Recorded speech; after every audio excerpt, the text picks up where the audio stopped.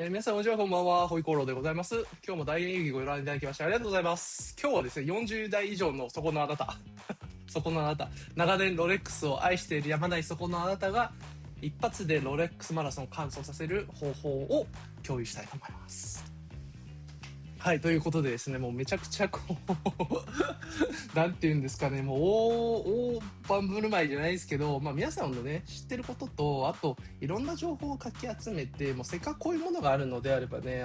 40代以上の方、やっぱりここはね、長年ロレックスを見られてきた方、保有されている方に対してはですね、もうぜひちょっとうまく活用して一発年内、ロレックスマラソン、残りも少ないね、基礎になってきましたので、頑張っていきましょうというところになります。もちろんですね、ちょっと涼しくなってきたんで、ロレックスマラソンもやらなくていいよみたいなそういう感じじゃなくて、むしろ積極的にいろんなことを動いていって、早めのね、ゴールを目指していただけるような、そんな動画にしていければなと思っております。またですね、この動画気に入っていただければですね、ぜひチャンネル登録、またいいねのほどよろしくお願いします。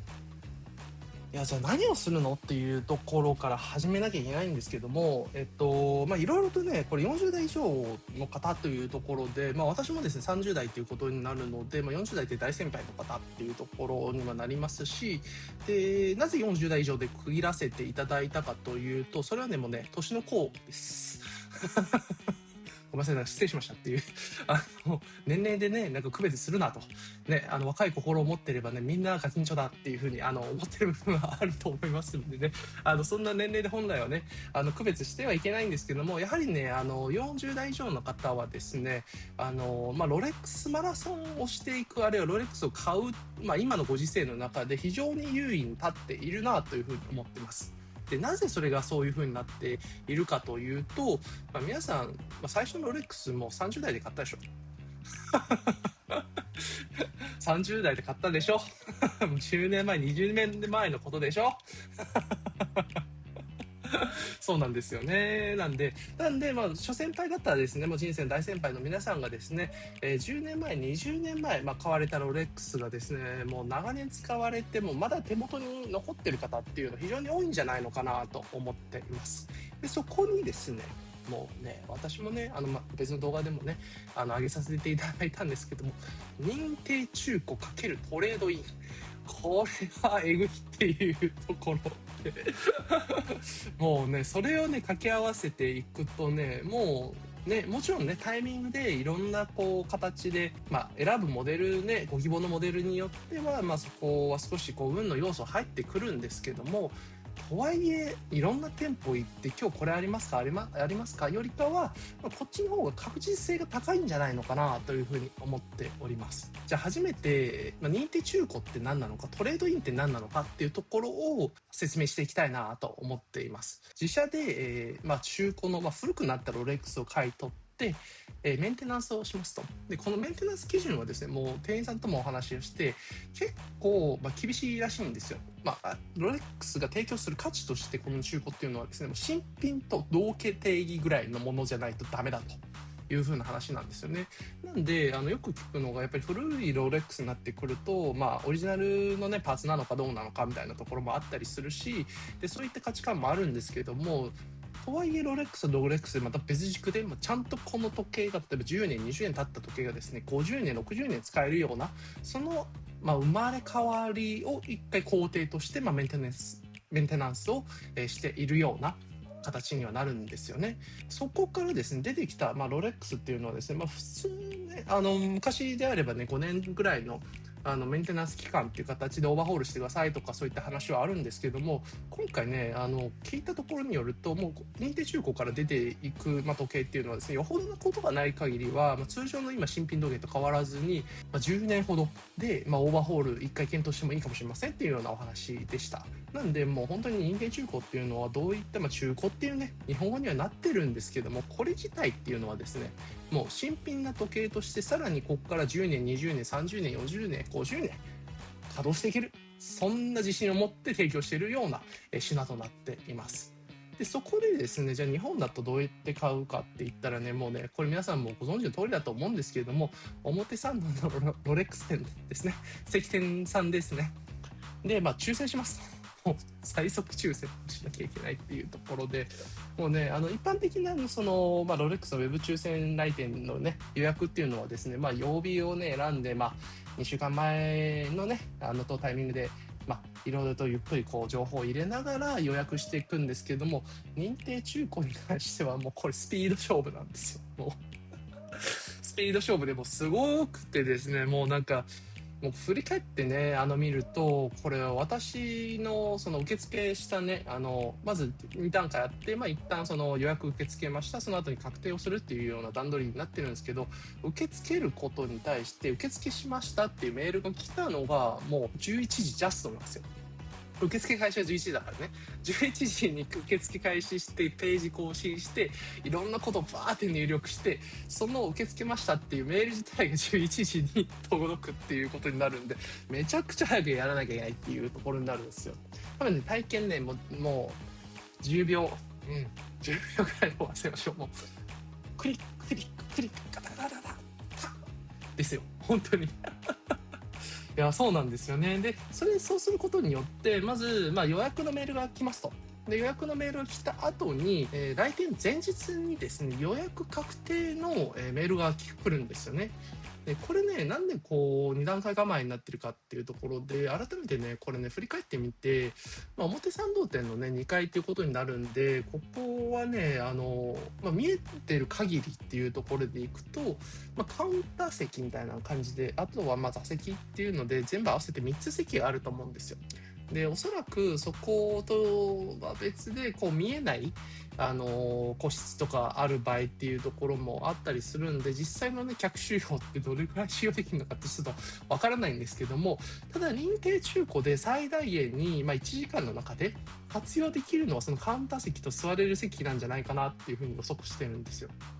で、しかもそこに対して担当してくれるスタッフの人員配備によるんで、日によってその、1時間内の枠が変わってくるっていう話なんですよね。場合によっては、3組同時にいる時もあれば、1組しかいないっていう時もあり得るんですよ。なんで、ここはちょっとね、そのタイミングで、ロレックスで働く、スタッフさんのね、いろいろと配備もあったりするんで、それが一概にこうですよとは言い切れないんですけども、日によっては3枠、日によっては1枠、場合によってはね、そもそもちょっとその日いなかったんで、ちょっとむずいんじゃねえかみたいなところはあるんじゃないのかなと思ってます。ただですね、多分最低限1枠はね、確保してあると思いますので、そこに関しては、もう遠慮せずに、もう、じゃんじゃん申し込みましょう。で、もう体験談から言えることは、もう筋肉反射です。もう、自分の電話番号なんだままで出勤じゃなくて、もう考えなくていいんです。もう考えずにもできるっていうような状態まで仕上げとかないと、ちょっとこの辺りの抽選はですね、なかなかしづらいなというところにはなっています。で、1日前に確定のね、メール来るんで、そこまでちょっとドキドキ問題はあるんですけども、ただね、聞いた話だと、ほぼほぼ確定なんじゃないのかな。で、多分他の方もですね、そこから申し込みして、当選しませんでしたみたいな話も出ていないので、おそらく当選しましたイコール、ニアリーイコールですね、確定っていう形で捉えていいと思っています。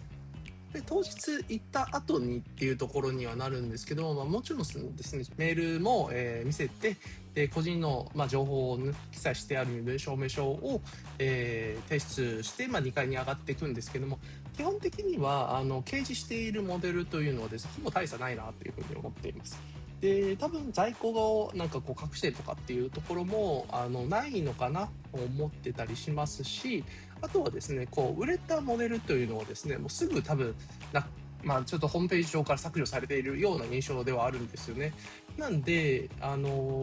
イムラグはほぼないんじゃないのかなと思ってます。さすがにね、1時間ごとにね、その枠っていうのは設けられてはいるような状況ではあるので、そこに関して、前のね、時間の枠の方が欲しいモデルを買ってしまったことによって、例えば自分が入る直前にこう確認したらもうまだ在庫あったのにもうないみたいなね、そういったことはあり得るかもしれないんですけども、例えば1日違いっていうことになってくると、私の場合はですね、もう行った後にも自宅帰ってきた時にはもうそこからもホームページからもうなくなってたんで、1時間ぐらいでもうすぐ削除されているような形にはなっているんじゃないのかなと思ってます。なんでですね、もう本当に欲しいモデルが直前まであったのにもうないとかっていうのはですね、もうほぼないんじゃないのかなと思っています。で、実際に購入したっていうところに関してなんですけども、すごくこう、ロレックスね、基本的にもう新品だというふうに、認定中古をね、一回こうメンテナンスして新品だと思って彼らは出してきているんで、受けるサービスに関してもほぼ新品と一緒というところになりますし、5年のね、保証と2年の保証っていうことになるんで、そこにはですね、ちょっと違いはあるんですけども、保証期間後のものに関してはですね、ほぼ一緒っていうところになりますし、グローバルでどこでも、ね、直していただけるっていうことではあるので、そこはね、新品だと思ってもガシガシ使っちゃっていいんじゃないのかなと思ってます。認定中古が以上の話になるんですけども、トレードインの話ですね。で、ここね、トレードインね、いろんな話があって、どのモデルを持ってたら一番お得になるのかっていう話にはなるんですけども、一応これ店員さんに話を聞いたらどういうモデルがやっぱり多いんですかっていうところと、年式っていうところも、一応話をしたんですよね。で、そこに関しては、おそらく20年前後の、10年、20年前後の以前の時計がやっぱり出される方が多いのと、あとコンビニモデルがやっぱり多いですよねっていう感じにはなるんですよね。なんで多分結果的にね、ホームページ上に載っかってるものっていうのは、あれ全然もう本当に仕入れの在庫のままだと思ってはいるんですけど、欲しいものがあればっていうところと、ステンレスはね、やっぱりデートナとかはないっていう感じで言ってたんですよ。ここでこう、出していただける方はなかなか持ち込まれる方は少ないっていう風なお話だったのと、ステンレスモデルの中で、サブマリーナデート、サブマリーナ、エクスプローラー、エクスプローラー2、この辺りがですね、やっぱり集中していると思います。で、私もですね、エクスプローラー2という形にはなるんですけども、割とね、やっぱね、20年前のこのエクスプローラーだったり、サブマリーナだったりっていうのはね、かっこいいっす。で、今の現代のサブマリーナとエクスプローラーにないなんか魂感じますよね。あの時に作られた、例えばエクスプローラー、もう3代目のものに、2003年のモデルを、手にさせていただいたんですけども、これ3代目でほぼなんか完成形って言われてたんじゃないかみたいな、そういう評価を、ネット上だったりとか、あるいはいろんな記事を見て、思って、実際につけてみると、確かに新品の、現行モデルのエクスプローラー2と、前代っていう形にはなりますね。のエクスプローラー2を見たときに、ツール感半端ねえ。ツール時計半端ないっすみたいなところ、これいいですわっていうところ、もちろんね、ブレスレットでちょっとなんか、チャッチいよねみたいなそういった話はあるんですけども、ただね、現行モデルを見すぎていくと、この、なんていうんですかね、こう、一昔の前の時計っていうのはね、もう魅力的に感じ始めますし、あとにつきやすい、本当に。ちょっとね、最近、ずっとエクスプローラー2をつけてるんで、一つ思ったのは、もうなんか手放せねえなと思うような、そんな時計となっています。なんでね、そこに関して、トレードインに、まずロレックスとしては、持ち込まれるものに関して何か、制限だったりとか、こういうモデルじゃないとダメとか、そういったものはないので、手持ちで、例えば10年前の、少し使い古した時計だったりとか、よほどなことがない限りは全部